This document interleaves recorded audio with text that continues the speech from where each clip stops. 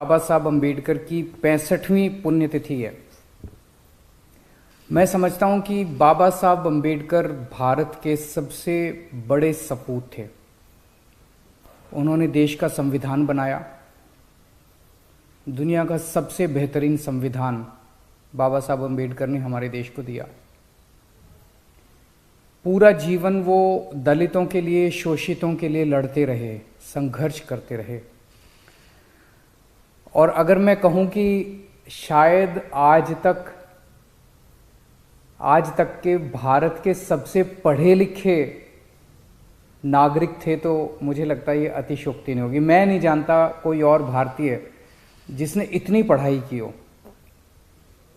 आपको शायद पता नहीं होगा कि उन्होंने 64 विषयों में 64 सब्जेक्ट्स में मास्टर्स डिग्री हासिल की थी।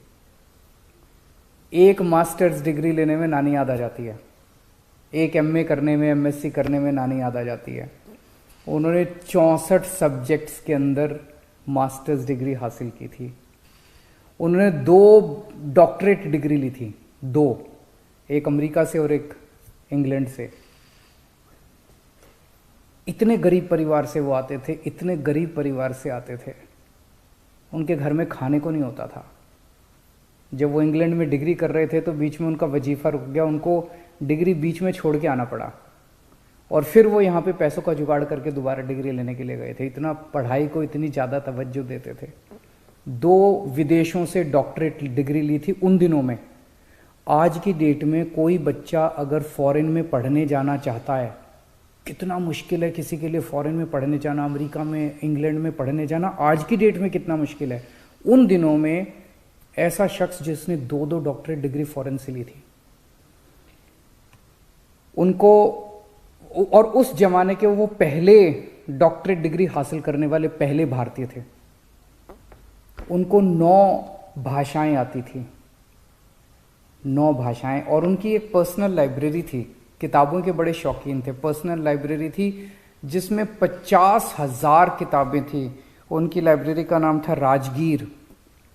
और कहते हैं कि दुनिया की सबसे बड़ी लाइब्रेरी उनकी पर्सनल लाइब्रेरी थी। इतना ज़्यादा उन्होंने पढ़ाई को तवज्जो दिया।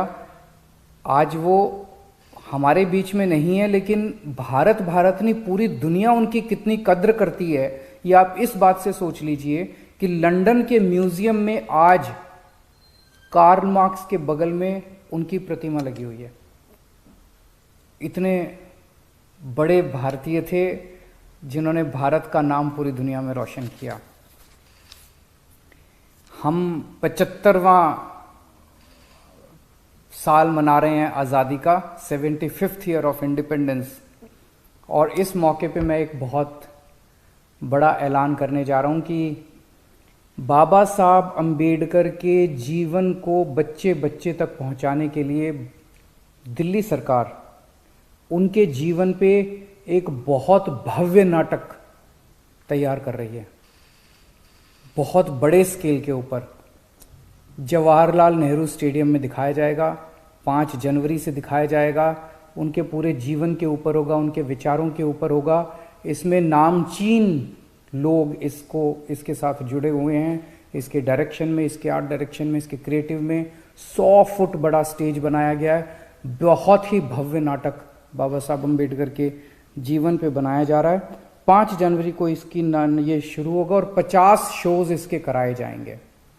जनता के लिए फ्री होगा, कोई भी आके देख सकता है। अंतर्राष्ट्रीय स्तर का इसका प्रोडक्शन है और शायद भारत देश में पहली कोई सरकार है जो बाबा साहब अम्बेडकर के जीवन को बच्चे बच्चे तक पहुंचाने के लिए इस किस्म का प्रयास कर रही है। बाबा साहब अम्बेडकर का एक सपना था, जो जैसे वो बहुत पढ़े लिखे थे और उनको पढ़ाई की कीमत पता थी।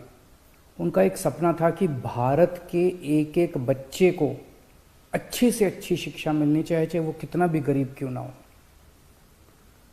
मैंने कसम खाई है कि बाबा साहब का सपना मैं पूरा करूंगा। आज 70 साल हो गए आज़ादी के, अभी तक हमारे देश के अंदर गरीबों को अच्छी शिक्षा नहीं मिलती। मैंने कसम खाई है, बाबा तेरा सपना अधूरा केजरीवाल करेगा पूरा। ओमिक्रॉन देश में एंटर कर चुका है।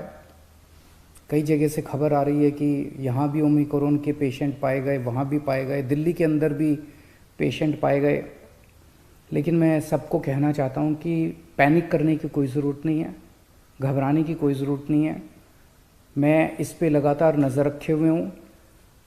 मैंने जो पिछले हफ्ते भी रिव्यू मीटिंग ली थी। हर चीज़ की जो ऑक्सीजन है, बेड्स हैं, दवाइयाँ हैं, इक्विपमेंट है, जिस भी चीज़ की ज़रूरत है उन सारी चीज़ों को हम पर्याप्त मात्रा में अवेलेबल कराएंगे। और चिंता ना करें, बस आप अपना काम करते रहें, सोशल डिस्टेंसिंग मेंटेन करें, मास्क पहनना बिल्कुल ना भूलें। मास्क सबसे ज़रूरी है। घर से बाहर निकले तो मास्क पहन के निकलें।